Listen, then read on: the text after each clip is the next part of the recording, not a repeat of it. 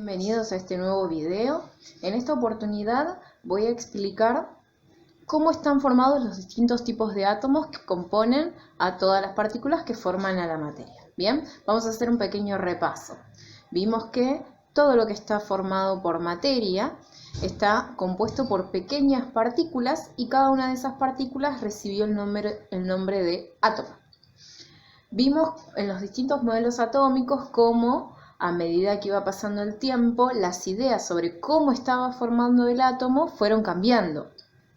Al principio teníamos el modelo de Dalton, que suponía que el átomo era una esfera maciza y que no estaba formada por nada más que ella y que no se podía dividir. Luego vimos el modelo de Thomson, en el que encontramos que él continuó con las ideas de Dalton, pero agregó que los átomos están formados por pequeñas partículas que tenían carga, pero suponía que estaban incrustadas en esa esfera, llamando así a su modelo el modelo del budín.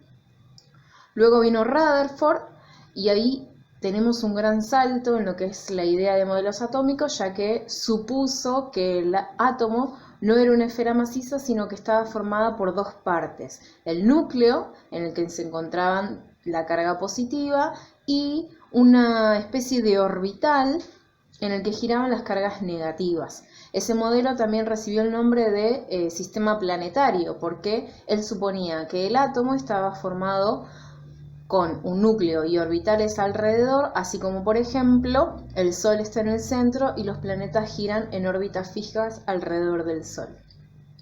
Luego tenemos el átomo de Bohr, que él lo que supone es que los electrones que se encuentran en los distintos niveles de energía pueden ir cambiando de lugar. Y por último nos encontramos con el modelo atómico actual. Bien, el modelo atómico actual supone que el átomo está formado por distintas partículas subatómicas. No es esa esfera maciza de la que no se puede dividir, sino que al contrario. Estas partículas subatómicas son tres. Tenemos las dos partículas que se encuentran en el núcleo y la partícula que se encuentra fuera de él.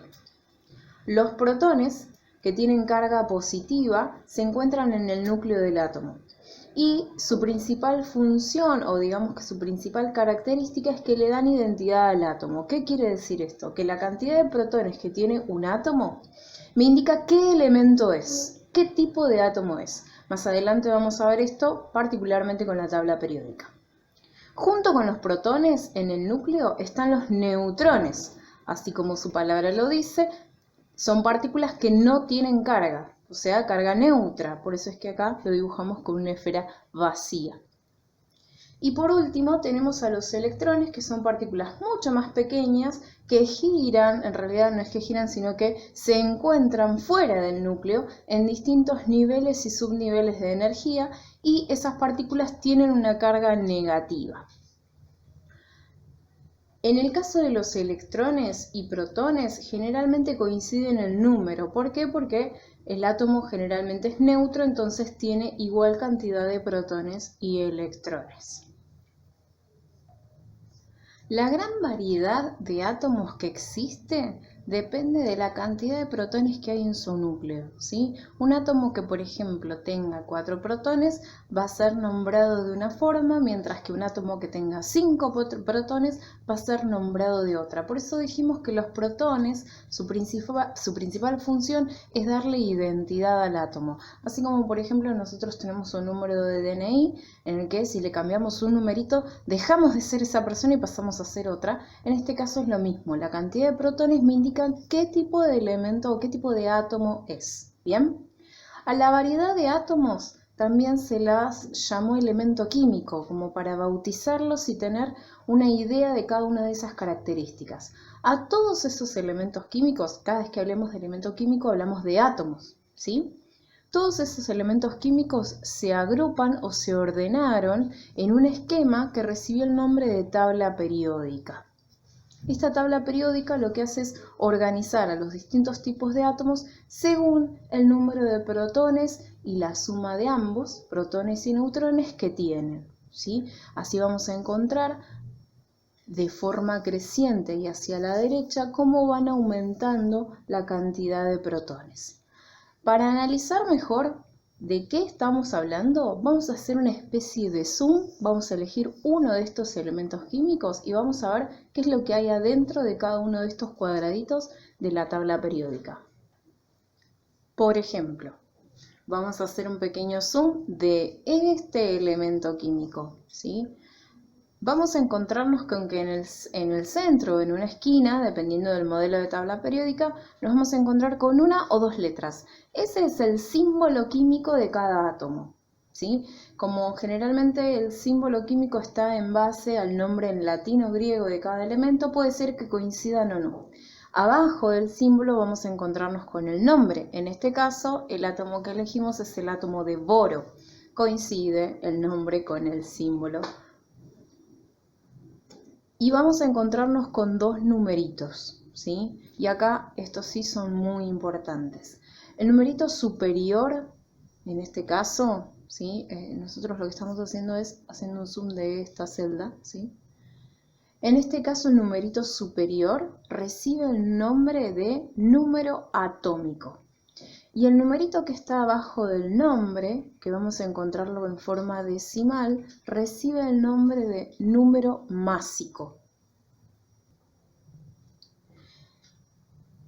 Cada uno de estos, a su vez, la palabra número atómico, número másico, ¿sí? Para no escribir siempre número atómico, número másico, se le designó un símbolo, ¿sí? Para hacerlo mucho más sencillo. Cada vez que hablemos de número atómico vamos a hablar de la letra Z, así que si yo digo que, por ejemplo, hay un átomo que tiene Z20, quiere decir que este numerito de acá es 20, ¿sí? Por ejemplo, acá en la tabla periódica, este de acá tiene un Z4, es decir, un número atómico 4, ¿sí? Para no estar escribiendo siempre las palabras número atómico. Lo mismo sucede con el número másico. El número másico se va a simbolizar a partir de otra con la letra A, que en este caso sería 10,8 o 10,811 y el número atómico del boro sería 5. Vamos a ver qué es lo que nos indican estos números con respecto a los protones, neutrones y electrones. El número atómico, Z, me indica la cantidad de protones que tiene un átomo. Entonces, el átomo de boro tiene 5 protones en el núcleo. Y como dijimos al principio del video que los átomos son neutros, entonces si tiene, por ejemplo, 5 protones, también va a tener 5 electrones. Entonces, con solamente saber el número atómico, entonces el número atómico, ya vamos a tener la cantidad de protones y electrones que tiene un átomo. Perfecto. Ya dijimos protones y electrones. ¿Quiénes nos faltan? Los neutrones. ¿De dónde sacamos la cantidad de neutrones de un átomo? Bien, ahí interviene el número másico. El número másico es la suma de protones y neutrones que tiene el núcleo atómico, ¿sí? En este caso, la suma de protones y neutrones da este numerito, pero nosotros no vamos a utilizar ese numerito en decimal, vamos a simplificar mucho más el cálculo, vamos a redondear, ¿sí?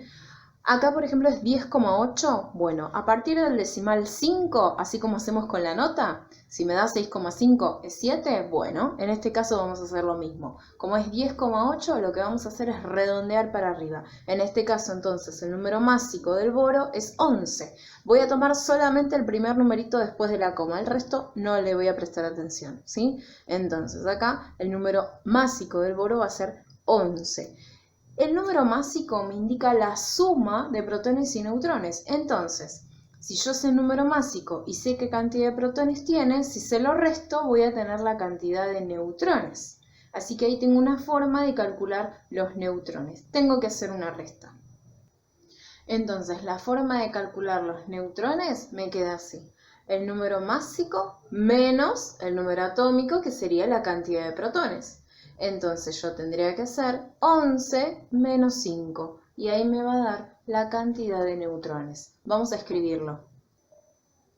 Bien, acá estoy haciendo un ejemplo sobre el punto que tienen que resolver ustedes en el trabajo práctico. O sea, esta misma estructura es lo que ustedes van a tener que resolver mirando la tabla periódica, ¿sí? Si no tienen tabla periódica, no se preocupen porque subí una en formato PDF que se ve muy clarito, así la pueden utilizar para hacer la actividad, ¿sí? Bien, boro, entonces, ¿cuál es el símbolo? Dijimos que el símbolo de cada elemento químico es la letra que se encuentra en la celda. Puede ser una letra o dos. Si son dos letras, es una mayúscula y otra minúscula, ¿sí? Así que presten atención a cómo lo escriben. En este caso, bueno, el boro, el símbolo es B larga. ¿Cuánto vale Z? Z, ¿quién era? El número atómico, y en este caso es el numerito de arriba, 5. ¿Cuánto vale A? ¿Quién era A? El número másico. Y dijimos que lo vamos a redondear. Siempre que lo escriban, escríbanlo ya redondeado. En este caso 10,8 redondeo a 11. Bien, ¿cuánto valen los protones? Dijimos que los protones me los daba Z, así que si Z es 5, los protones son 5. Electrones. No escribí la palabra, escribí directamente un simbolito, protones, electrones y neutrones, ¿sí? Si ustedes quieren escribir la palabra, no hay problema.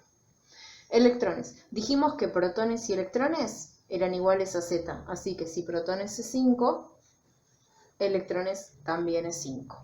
Y neutrones. ¿Cómo calculo los neutrones? Resto número másico menos número atómico, ¿sí? Acuérdense que el número másico es A y número atómico es Z, ¿sí? Entonces tengo que hacer número másico 11, número atómico 5. 11 menos 5, ¿sí? ¿Cuánto me da?